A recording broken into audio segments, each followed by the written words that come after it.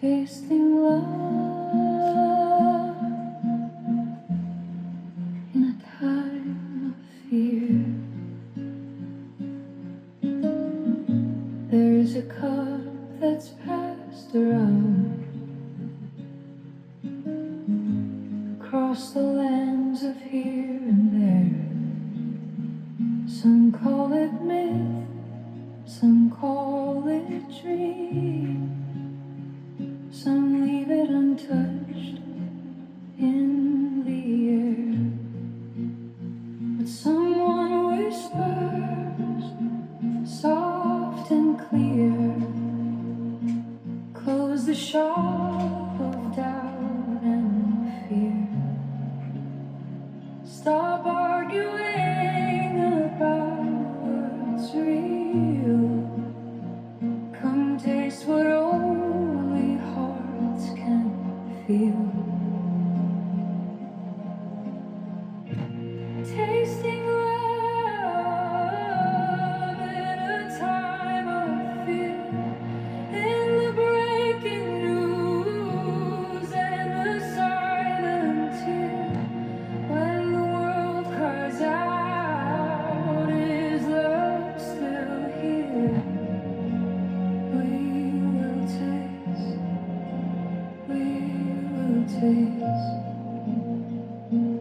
tasting love in a time of fear. Well, welcome to the Unitarian Universalist Fellowship of the Rappahannock, where all are welcome, no matter who you worship, who you love, where you're from, or where you're going. You are all welcome here.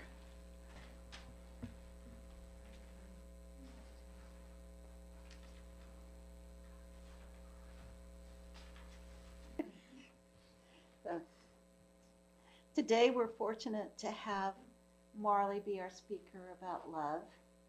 So I was thinking about love on the way over, before that this morning, and it occurred to me that love is like a plant in your garden. The more you feed it, the more you take care of it, the more you spend time with it, the more it gives back to you in flowers or fruit or whatever that plant gives. But if you neglect it and forget about it for a while, it might wither a little bit, but it's still there when you come back again to feed it again. Next, Marlie is going to do a reading. Most of you know her pretty well, but she is our lay minister, and she has such a big background in spiritual development of many different religions and thought patterns. She's been a hospice worker. Is that right? And just an overall wonderful person, and I'm proud to be her service leader today. And she has a reading for you.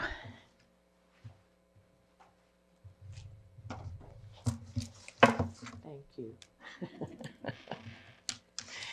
So I went back and forth with the readings given what's been happening, but I just came back to the original one that is in your bulletin. It is written by Farhan Rashid, The Heart of the Broken. We often read quotes from Rumi and Shams of Tabriz saying, what you are looking for is already inside you. But this inside is more than just the mind. It is the soul placed within us. The real journey is not outward, but inward. When we stop pointing fingers at others and begin looking at ourselves, we start cleaning this inner space where light lives. Imagine the heart like a lamp covered with a thick shell. The light inside exists, but it cannot be seen. When something hits the cover once, a small crack appears and a thin ray of light comes out. When it is hit again, the crack grows and more light appears. The more the shell breaks, the brighter the light becomes. The heart works in the same way.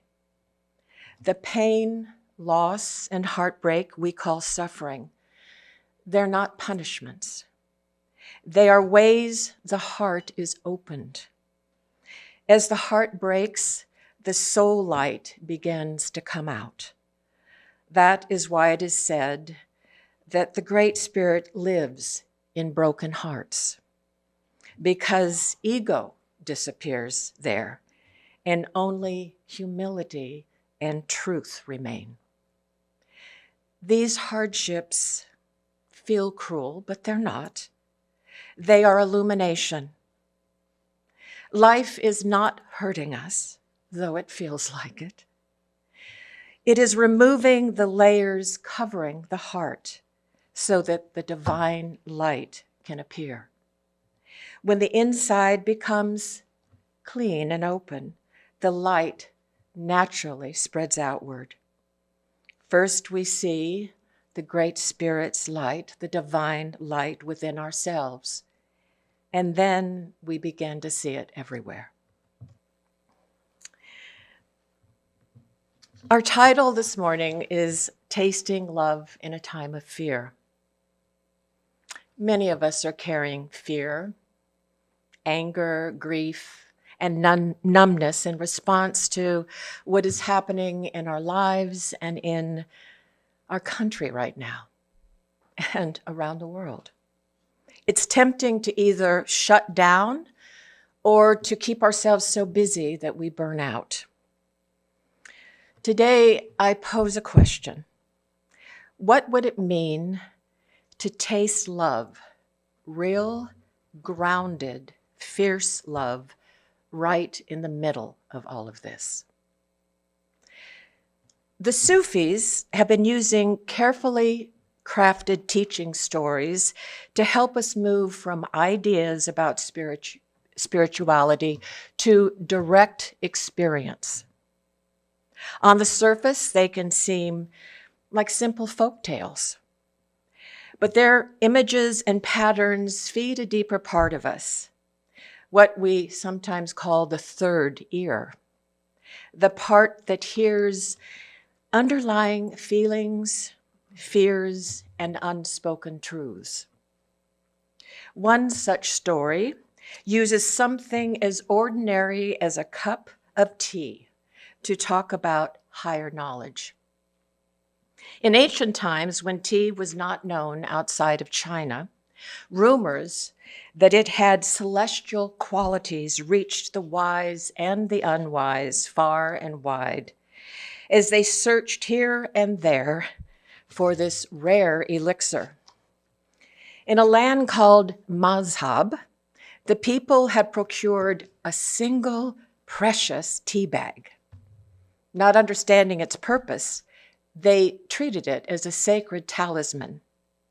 Once a year, they would attach the sachet by 4 strings to 2 staves, and 4 solemn men would carry it in a religious procession through the city streets while the citizens prostrated themselves in fear and trembling.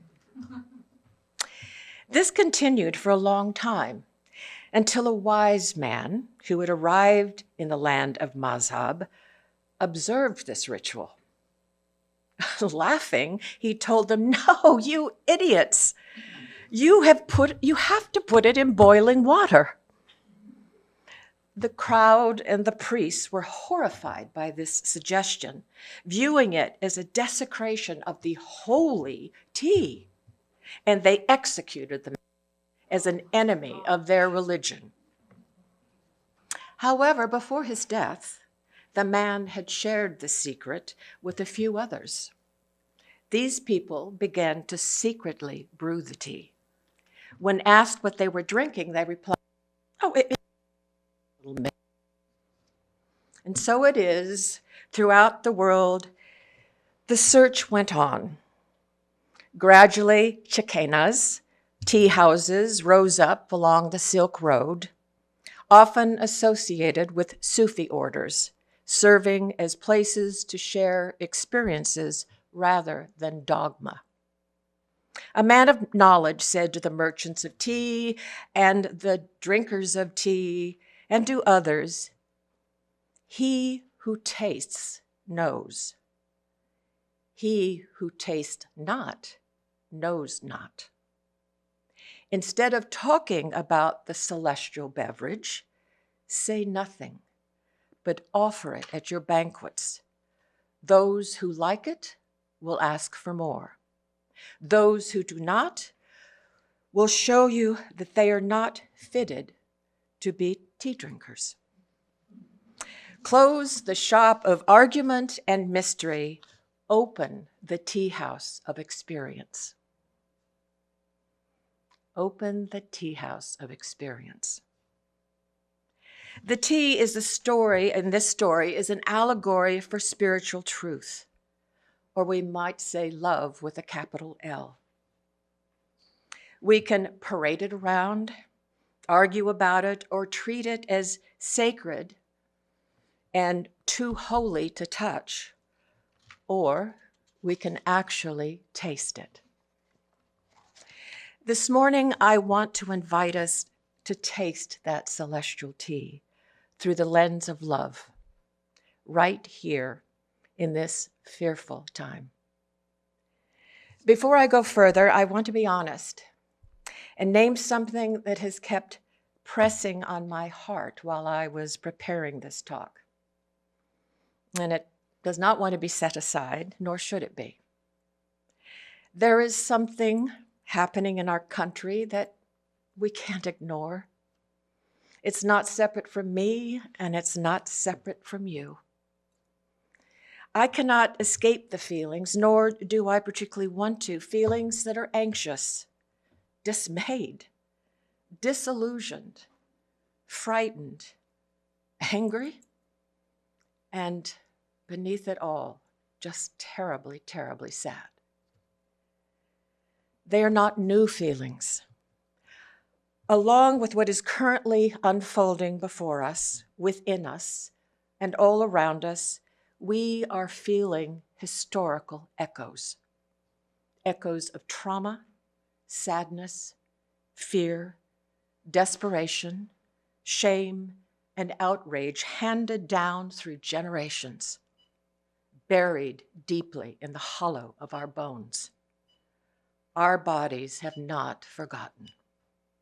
We have seen this pattern before in history.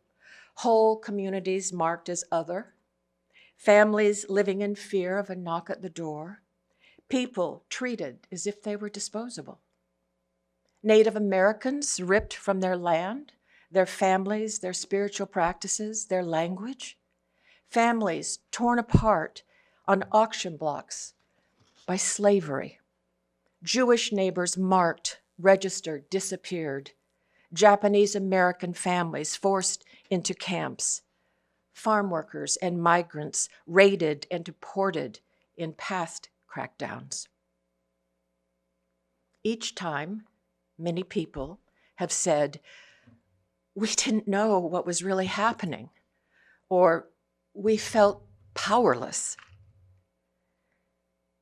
When we see ICE raids and communities living in fear, we can recognize that it is history standing at our door again, asking, will you feel with the victims of these atrocities this time? We must ask ourselves, have we grown complacent as a country, protected by privilege while others live in constant fear? How have materialism and hyper-individuation dulled our capacity for empathy? Is there such a thing as fierce love that refuses to accept this without becoming what it resists? I believe history repeating itself is offering us another opportunity to choose empathy. It keeps repeating itself when we let fear comfort, or numbness matter more than feeling with those who are targeted. Every time we look back and say never again, what we really mean is, may we never again become so dull of heart that we cannot feel what is being done in our name. Empathy is not sentiment. It is education of the heart. It is how history finally teaches us what it has been trying to say. Love demands that our hearts continue to open. So let's return to love. The Greeks named 4 types of love: eros, philia, storge, or familial, and agape. Today, I want to focus less on labels and more on movements of the heart. How love within us can unfold from comfort to empathy to fierce courage to boundless divine love. We don't stay in just one, but noticing them and where we're at, where our hearts are at, we can see where we are being invited to grow. So let's explore these movements within us in the context of our relationship to the challenges that we are facing today, including, among other things, the renewed attack on Iran and possibility of another long extended war. How do we taste love in the very midst of so much fear and suffering? One level of love is really about comfort and safety. It loves what is close in me, my family, my routines, my neighborhood. It's not wrong. It's natural. But when history starts to repeat itself, this level of love starts to go numb. It says, this is terrible, and then quickly adds, oh, thank goodness it's not happening to me. No one in my family is being deported. We are citizens. No one's tearing my family apart. And we step back in our comfort zone and remain numb to the outside world. A deeper movement of love is empathic love.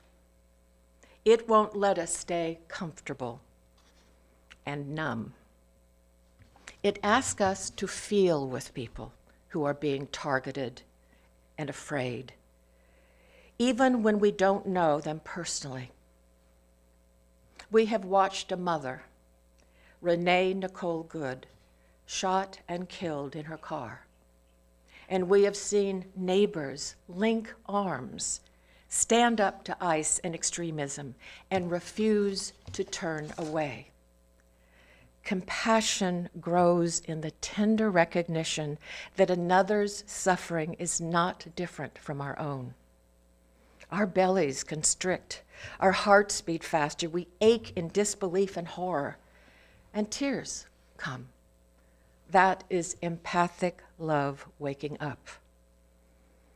It is history beginning to teach our hearts. It is a heart responding, not numbing itself. Now, if we stop at empathy, we risk being flooded with emotions and overwhelmed. Love wants to keep moving, growing into what I call fierce love. Fierce love says, because I feel this, I cannot stand on the sidelines. It marches, it calls, it stands in front of the van, it accompanies neighbors to court. It is not driven by hatred for the oppressor, but by a burning yes to the dignity of those at risk. Let me repeat that. It is not driven by hatred for the oppressor, but by a burning yes to the dignity of those at risk. This is where many of us are standing now. And yet, there is still a deeper movement, what the mystics call divine love, or agape. Agape, divine love, in the frame of the earlier Sufi tale, is the tea itself. Not the idea about love, but the direct, bittersweet taste of love that includes everything and everyone. The flavor of deep causal love is often described as vast, still, and unshakable, like a dark, radiant silence that holds everything without preference. It is experienced less as affection or yearning and more as a profound okayness and inclusion in which all beings already belong and are already forgiven. This love is not sentimental. It is the fabric of reality itself.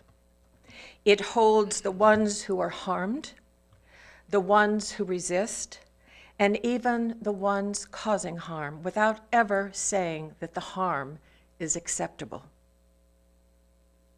It holds even the ones causing harm without ever saying that the harm is acceptable. It holds paradox. It is the love we taste in moments of deep prayer or meditation. The love whispers, all of this is happening in me, and I am still here. It is the Sufi's story that I shared, sees the tea itself as the elixir, not an idea about love, but the direct, bittersweet taste of love that includes everyone and everything, including the hurts. Love, not just as something we feel, but as the very nature of reality itself. An endless, self-giving love that wants to flow through us for the healing of the world. In the Christian and philosophical tradition, agape is often described as unconditional, steadfast love that seeks the good of the other. Not because they are lovable, but because love is ever you want to label the great mystery. As Unitarian Universalists, we might name it as a larger love that is already and always pouring itself out, regardless of who deserves it. There are days when I know love is the very fabric of everything, and days when I feel small and separate again. But you see, even that smallness is being held, being carried and rocked and slowly schooled by the same vast love. Our entire humanity and all its seasons is happening inside a boundless love that does not let go. In every genuine meeting, there's a mysterious sense that something larger is recognizing itself. Love gazing into its own eyes through different faces. I hope you have had that experience with another. It honors the intimacy of your experience and invites others to notice the same exquisite play of interconnection in their own lives. When the heart tastes this boundless love, it is completely natural to want others to taste it too. But even that beautiful impulse is not my project. So when I feel I must help, I take a deep breath and gently fall back into a sense of being held breathing there for a few moments. Love is the real teacher here. And our task is simply to stay available, to keep falling back into its embrace, and to trust how it wants to move through us. Our unfolding belongs to love itself, not the small self trying to manage and control outcomes. These different expressions of love are movements of the heart we can pass through many times a day. The good news is that we can practice moving from numbness towards empathic, fierce, and boundless love. The simple practices I want to invite us into now is one small way of tasting a larger love together amid everything else that's happening. It's called Tonglen. The solution to pain and suffering is to be kind to it. The solution to pain and suffering is to be kind to it. Tonglen is a traditional Tibetan Buddhist practice that focuses on compassion and sharing well-being with others.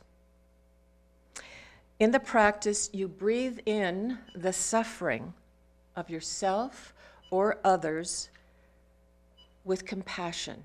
You breathe it in as almost a dark smoke, and you let it come into your heart and drop into the larger heart where transformation can happen. And then you breathe out relief, courage, and love. Tonglen trains the heart not to contract around pain, but to become a spacious vessel for the suffering of self and others, which is the very particular way of tasting agape, divine, boundless love. I mean, so many of us, the minute there's something awful, the heart, you can feel it, it constricts. So this is the teaching of just imagining, bringing it in. On the in-breath, imagine drawing in heaviness as dark smoke into the heart, which has the capacity to transform in the great heart. And on the out-breath, send back light, ease, and the capacity to be blessed. Gradually widen this practice to include many beings. I would begin starting with yourself or with a very close friend. I wouldn't start with Trump.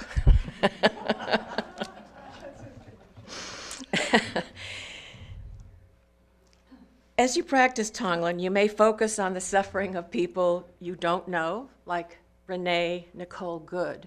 And this is really a wonderful time. Like when I was watching her on TV and I was watching what happened, and I could feel all of that.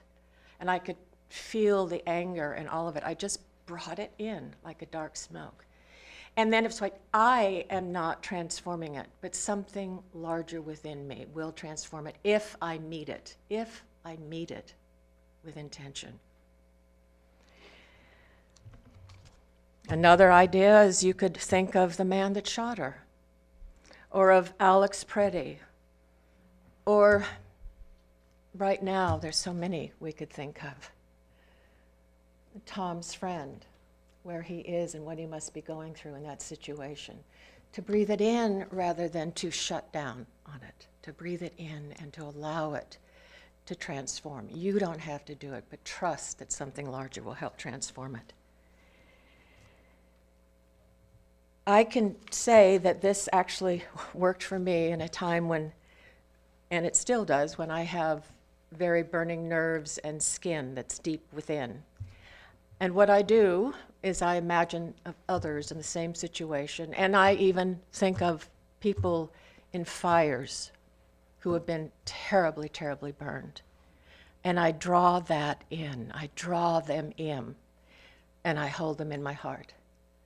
And then I breathe out a cooling balm and love.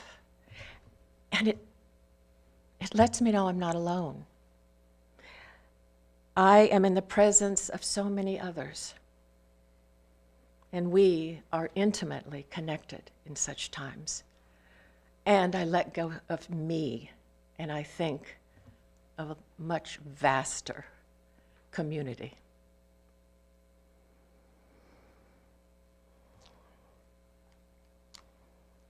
As we practice Tonglen, we are learning to breathe in the suffering of others and breathe out courage, ease, and blessing. I want to share another simple practice, a traditional ancestral Hawaiian healing technique called oponopono, which tastes the same mystery through simple words of apology, gratitude, and love.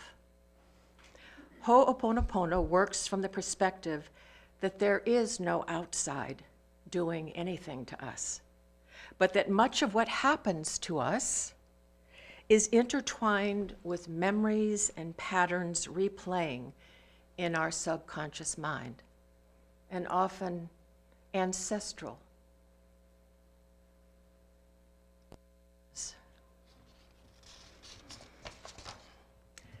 The name translates to make right again. It is an act of asking forgiveness from the divine for the pain that the world experiences and inviting the power of love to heal it. In 1976, Morna Nalamahuku Sinaho'ana, daughter of the last Hawaiian priestess to heal with words, adapted the old ways of intervention from the island traditions to the social reality of her time. It was often used to solve the different problems that families and communities experienced, turning it to allow each one to be reconciled. The main idea was to forgive and accept rather than to project the fault onto the other.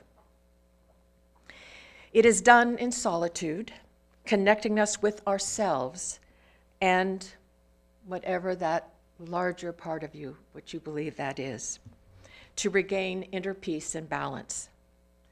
The practice today is simple. It is done by repeating the phrase, "I'm sorry, forgive me. Thank you, I love you." It sounds really simple, doesn't it? We can repeat these whenever we encounter suffering in the world, our own or that of others. It rests on the sense that everything we see is in some mysterious way connected with what we carry in our own consciousness. This does not mean we consciously choose or deserve what happens. It points instead to a web of interconnection and responsibility where healing in one heart can ripple outward. A well-known modern story tells of the Hawaiian therapist and practitioner of Ho'oponopono, Dr. I Haleaka La Hoi Len, who accepted a job in the Hawaiian State Hospital working on a ward for people with severe mental illnesses who were often violent. The ward was so chaotic, the staff dreaded coming to work. Patients were heavily medicated, some restrained, many considered beyond help. Over about 4 years, see, this is not a miracle. It's something we work at, and as we work at it, it grows us. Over about 4 years, without ever meeting the patients in person, he consulted their files, watched what arose in his own heart, and prayed the Ho'opono words. "I'm sorry. Please forgive me. Thank you. I love you." It doesn't happen that quickly. Sometimes just with the "I'm sorry," you feel something start to melt. In a few years, the atmosphere was transformed. Both staff and patients calmed down, regaining a climate in harmony. Eventually, all the patients went home, and that part of the hospital was closed down because it was no longer needed. I happened to meet Dr. Len and the gentleman who was helping him with the book when he came and was in Monterey, California. And the story is true, and this practice of the Hawaiians have been for thousands of years, so it's a mystery of how this can happen. And with patience, it does. It can transform. It did so with my son. He was doing the healing work within himself, not on the patients, recognizing himself in them, taking responsibility for whatever in him was connected to their suffering. For me, the practice has meant, if I want to see more compassion in the world, I must cultivate and clean my own heart. My healing has an impact, even if I never see how.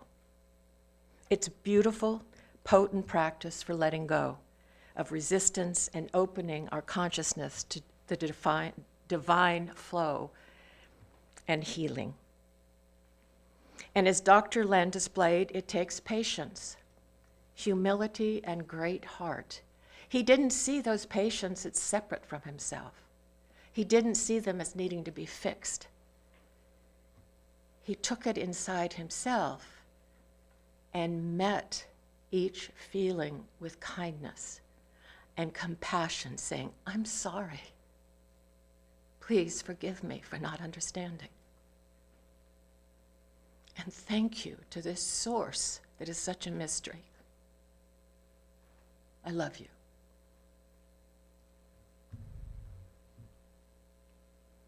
These two practices, Tonglen and Ho oponopono, are like small cups of the celestial tea. We cannot stop all the harm we are witnessing, but we can keep tasting love in the middle of it and let that taste shape how we move in the world. We've covered a lot of ground this morning. A Sufi tea story, history's painful echoes, the movements of love from numbness to empathy to fierce action and to a boundless embrace, and two simple practices of breathing and prayer. May we be both students and servers of the celestial tea, offering small cups of fierce, tender love wherever we are, wherever we go. May we live with a heart unguarded enough to break and wide enough to hold the world. Sometimes when I write something, I want to hear it in music. So I have a song that kind of just covers everything I talked about in a much lovelier way than I did. So if Jeff can get it to come up. It's called Love in a Time of Fear. In a time of fear, there is a cup that's passed around across the lands of here and there. Some call it myth, some call it dream, some leave it untouched in the air. But someone whispers, soft and clear, close the shop of doubt and fear. Stop arguing about what's real. Come taste what only hearts can feel. Tasting love in a time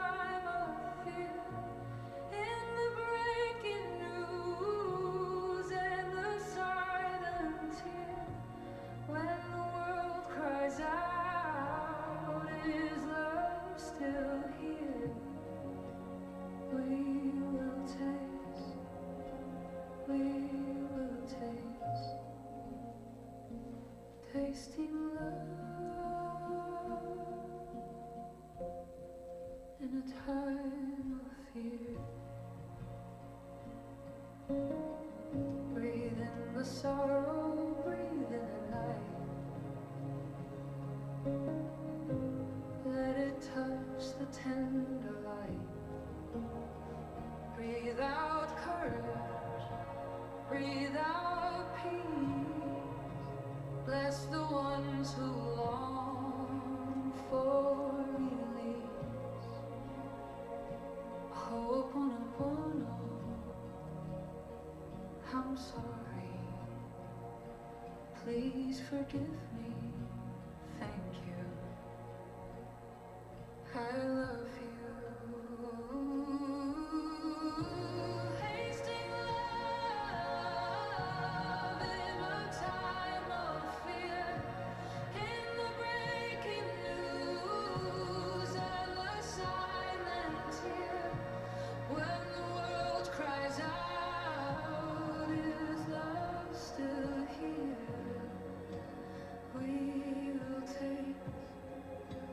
We'll taste, tasting love in a time of fear.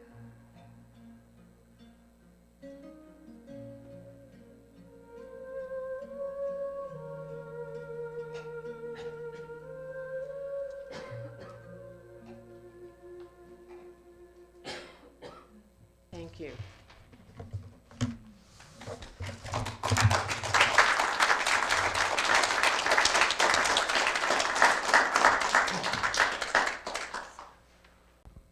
Marlie, thank you for the story. It is very new to me, and it's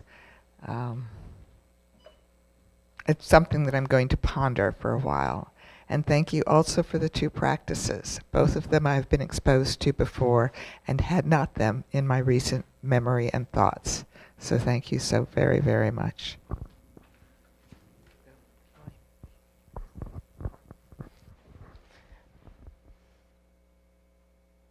Amazing, Marlie. Just amazing. It reminds me, first off, that Indigenous communities around the planet have known these practices. And how, as we've gotten lost in industry and technology and the mind, that we've lost that. And that the biggest challenge of our time is to move to the heart. And that within the heart, there are secret powers. And for me, it's just really clear because that is where the Christ energy or the Buddhahood is. It's the 0 point. It's the black hole in me that connects me with the whole universe, connects me with dark matter, which is 95. And I've got that right here, a simple practice like Tonglen, where we separate ourselves, our ego, and feel the sadness and bring it in, but not bring it in to wrap it as a story around us, but to bring it in for the transmutation that occurs because our heart connects the above and connects to the roots of the earth, and that mixes that alchemic container that allows us to create. Yes. So thank you. I mean, it just reminded me of that, and so thank you for grounding us in that. Well, you know, instead of the story of the crucifixion and how it's been used, Right. how I really see it is what we're being asked is to hold the opposites with heart. That is what Jesus was when he sang the way. And the way isn't for everyone because it it often is uncomfortable before it relaxes. But that is the real one, and it's really quite beautiful. Yeah. And it's the solution to the challenges that we have because we've been so many thousands of years in our mind and have forgotten that the solutions are actually in our heart and our body. hearts connected to our body and our souls.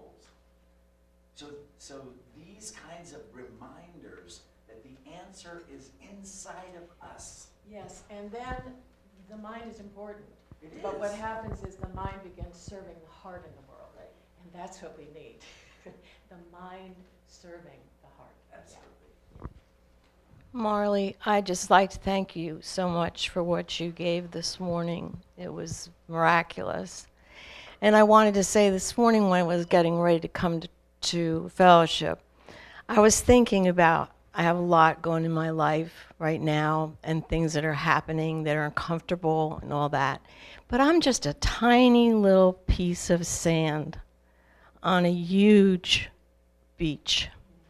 And if you can get out of yourself with all that ego and feeling of how to be, make things better for you, and we just reach out in a different way and realize the insignificance of what I am as one, what we can do as a whole unity in what you gave this morning.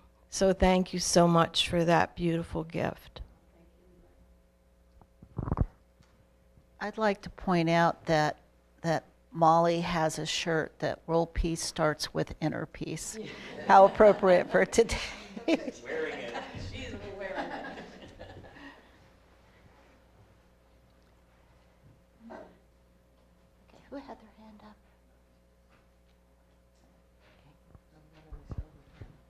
So I'm listening to a book now called Lee Harris and the Z's. It's the second of his conversations with the Z's. And he's channeling spirit, a community of spirit. And they tell us that the separation and the beliefs that we have about constrictive religion and patriarchy and all of these things that have made us small over the last thousands of years were placed there intentionally. But as we open our eyes to them and we see them for what we are, we can move ourselves back to our original state of being, which is in touch with our soul, in touch with our body and our emotions. And that's a very powerful, empowered place to be, which is why external forces that didn't want us to have that power put that different direction upon us. But the more that we learn about who we actually are, where we're coming from, in our true essence, the more powerful we become, and our hearts are very powerful. And so even though we may feel like we're one grain of sand, when we learn about our true essence, we can reach back into that power and create things on earth that we can't even imagine right now. So keep that energy coming from yourself.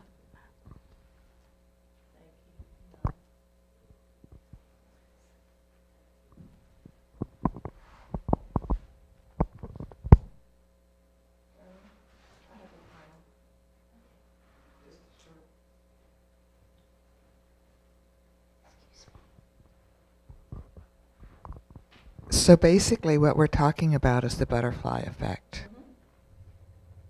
We can't know. It goes out there, and it bounces here, and it bounces there, and it creates ripples.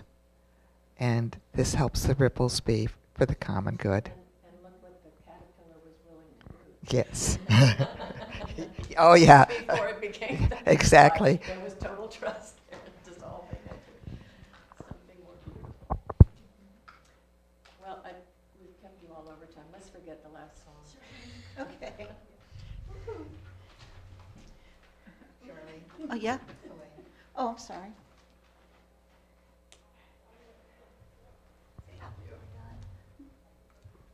You know, for many of us, the aging process, which I always thought was going to be calm and serene, is anything but.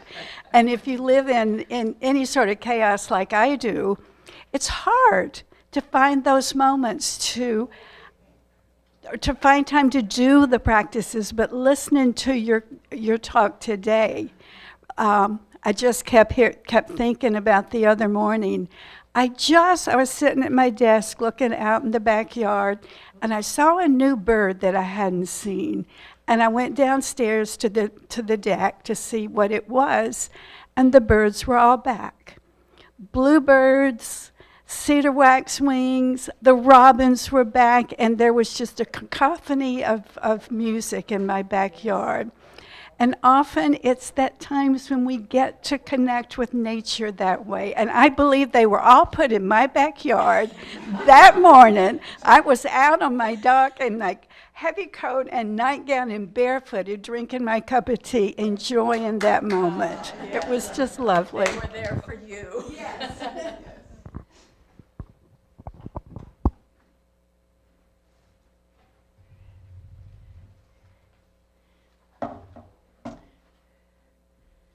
So my original closing words, knowing this was about love, was to quote Lennon and McCartney, and all you need is love, love is all you need.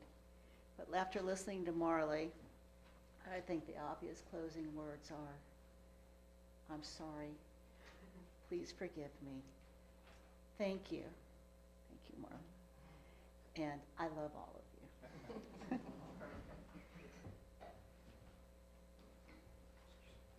Now extinguish